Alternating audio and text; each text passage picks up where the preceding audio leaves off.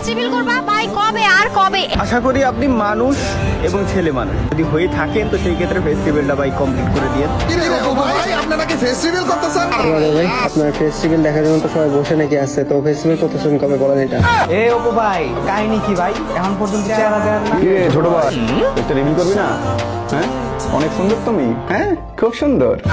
কি ছোট ভাই ফেস্টিভ্যাল করবো না? ভয়ানক অবস্থা। আপনার চেহারা তো গত 5 বছর যাবত কন্টেন্ট বানাচ্ছেন, কেউ দেখেনি, আজকে দেখে ফেলছে, কেমন লাগছে?